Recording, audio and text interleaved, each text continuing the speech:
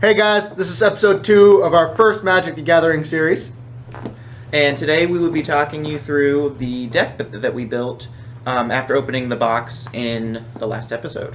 The episode will be below. Alright, so we're going to take you through the deck now. And first and foremost, we're 4 colors. We are what I like to call 4-color colorless. So it's blue, black, red, green.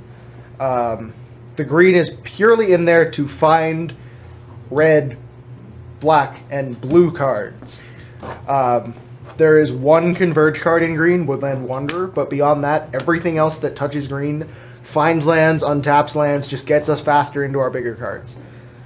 We run, for a land base, we run 4 of each land, minus plains, so 4 islands, swamps, and mountains, 4 Evolving Wilds, and, we've got more than, 2 Blighted Woodland, and all of the tangos we could fit in, a Sunken Hollow, a Lumbering Falls, and a Shrine of the Forsaken God. All of these are just to fix our land base to try and get our creatures out faster. I went with 4-color because A, we have a really nice multicolored pool. We have Forerunner of Slaughter, Duskstalker, Herald of Kozilek, and Ulamog's Nullifier, as well as a Kiora. Those are all great multicolored cards. None of them touch green, like I said, but the green is really just to get into the other colors. Except Kiora touches green. We have for pure colorless, we have 3 cards. Pilgrim's Eye, which again is to get into our colors. Blight Herder, which is a processor that we'll go over how much exiling this deck does. And we run an Ulamog Ceaseless Hunger, because the amount of ramp that this deck has not only gets it into its colors, but it gets it into a lot of land. We are running, for our green, we're running a Nissa's Renewal, Woodland Wanderer, which fits into a 4-color deck because it has Converge, and if we play it right, it can become a 6/6 with Vigilance and Trample for 4, 2 Sylvan Scrying, and 3 Natural Connection. For our blue, it's mostly colorless buffers. We have 2 Ruination Guides, a Tide Drifter, and an Exert Influence, and then to feed our Blight Herder, we have 2 Benthic Infiltrators. They also just get in unblocked, which is nice, especially with Ruination Guide. It also feeds some of our multicolor cards. Ulamog's Nullifier, which just lets us get around things that like to counter Ulamog, really is the plan, and other cards like that. Herald of Kozilek makes basically all of our cards cost less. Duskstalker, which just hits hard and fast, and Forerunner of Slaughter, which again lets us hit a little faster, apply a little more pressure. In black, we have 4 Dominator Drone, which work really well with the colorless scheme.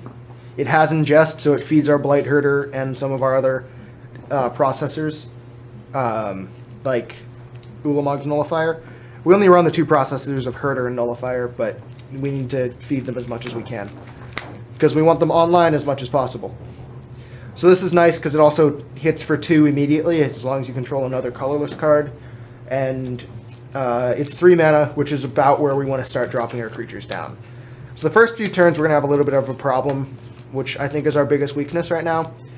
But we have Wasteland Strangler in there. That's our 3rd processor. I knew there was one other.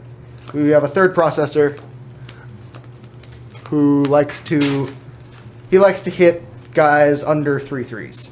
So some people will use him to just reduce power, but I like to use him just to kill. And Swarm Surge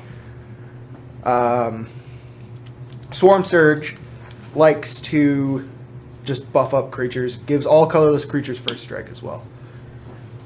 In our red, which is our main kill, really, is our Vile Aggregate.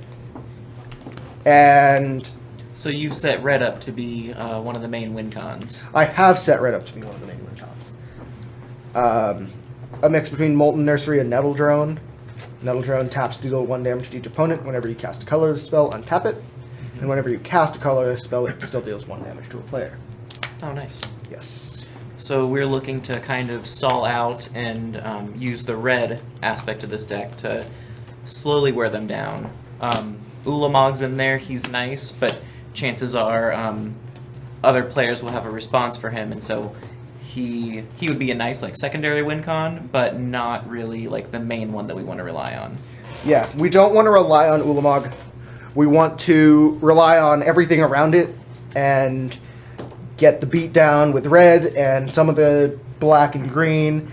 Mostly we want to be running off our multicolors and, of course, Herder and Ulamog.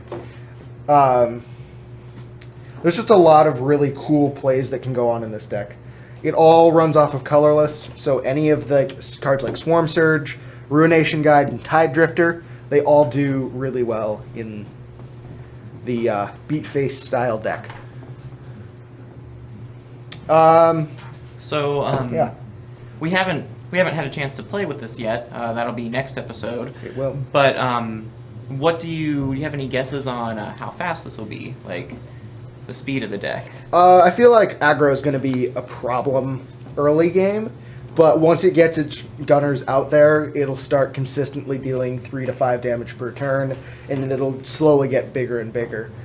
The quickest creature we can get down is Forerunner, which can't hit till turn 3. There's some ways to speed up lands, I guess, but we really can't get bodies down hitting till turn 3. So I would put it at a mid-range style speed. It has a lot of mid-range features. It doesn't just beat face and it doesn't just control, but it does a little of both. So the other deck archetypes that are out there right now, control, aggro, so on. What kinds of decks do you think our deck here will be strong against, and which ones do you think it might struggle with a bit? Control is not going to be our friend. We do like our creatures quite a bit, and seeing a card like Planar Cleansing or Planar Outburst, just something that kills my board state. Horribly Awry. Horribly Awry. Horribly Awry. Scatter to the Winds. All of those sorts of cards will be a big problem. There's not a whole lot of removal. We can ping stuff with Nettle, and we can remove things with Wasteland. And of course, Ulamog just kills 2 things on spot. But beyond that, we're going to just try and beat in on the face as fast as possible, and just hope that there's no big, like, 5/5, 6/6, 7/7 sort of deals coming out.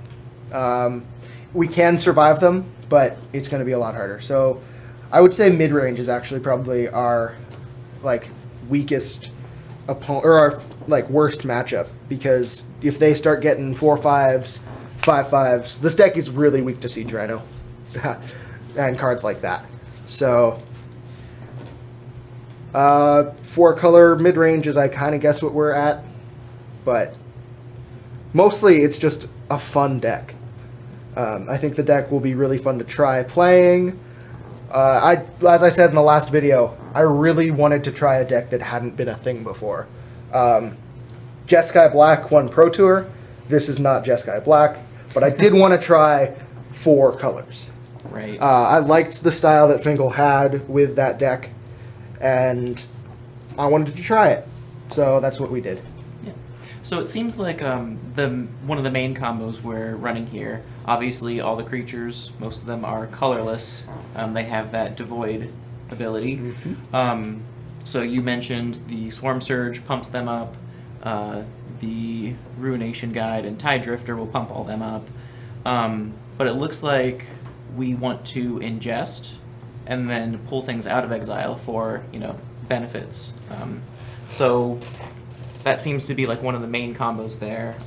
Any other combos that you thought of while building this, or maybe something that we can find that didn't jump out before? When I first threw this together, I ran 2 Nettle Drone, and then I looked at Nettle Drone again, and I realized that it untaps whenever you cast a colorless spell, not just a colorless creature. Mm-hmm. So I like using Nettle Drone and really abusing Nettle Drone, because getting 2 Nettle Drones out and just being able to ping for 2 each time, and being able to just keep using Nettle Drone, pinging little guys, which is another problem for us, is if we hit a bunch of tokens, we just got to nail those guys right down as fast as possible. Seems like that would have decent token control. And we are kind of weak against the Siege Rhino, as you said. We are weak against would it Rhino. be possible, let's say we have 3 or 4 Nettle Drones out, we can ping the Rhino and then play a colorless spell, untap all of them, and then finish off the Rhino or whatever other big creature we have. That's the plan. So that's our defense for bigger creatures, those nettle drones there. It definitely is. Awkwardly enough, it deals 1 damage, but we can deal some extreme damage with it. I wouldn't be surprised if we could untap it 3 times a turn once we're going. And then having 2 or 3 of those Having on the 2 or field 3 of at those once is 6 or 9 or 12 damage, will which really is add up. Yep. So talk a little bit about Kiora. Was there a specific plan for her in this deck? Did you decide to include her just because she's a planeswalker and hey, why not? Or what are the thoughts there? She's another one. She's another land fixer, really, is what she is. I'm not expecting to ult her. Chances are, if I get her and I'm off a color, like if I'm on just blue-red or blue-green or blue-green-black, I'll use her -2 to try and dig into my last land color. And if she does somehow survive, being able to untap creatures and lands is always nice. Worst comes to worst, I untap a nettle drone and a land, and that might open up being able to tap nettle drone again and cast another colorless spell and just keep going. So being able to untap and being able to dig for land are 2 great things. The ult doesn't really do much other than just lets you do good stuff. I mean, 8/8 octopuses is great. But I don't expect to ult her in this deck. Or in any deck, really. Being able to pump 4 times untouched is really hard. Sure. Alright, now I see these Eldrazi Scion tokens off to the side. Maybe I missed it while we were going through our creatures. Where are our Scion producers? We have, I believe, 1 Scion producer. Okay. And that is Blightherder. Alright. And I bashed on Blightherder when we opened it so much, and I owe Blightherder an apology because it works well in the deck. I didn't think it would, and I don't like the way it looks. Let's take a second closer look at Blightherder. Let's here. look at it. It processes 2, and it gets you 3 Scions out. So if you can process 2, it's 5 mana for a 4/5, as well as 3 1/1 bodies. Not bad. Not bad at all. Brood Monitor was another option instead of Herder, but I just felt like using Herder was a better idea. I also didn't want to go too heavy into green in terms of the creature base. Herder is colorless, so I can play it with any of the 5 colors, or any of the 4 colors. Also, we have Woodland and Shrine of Forsaken God as just pure colorless generators, so that's another easier way to get Herder out.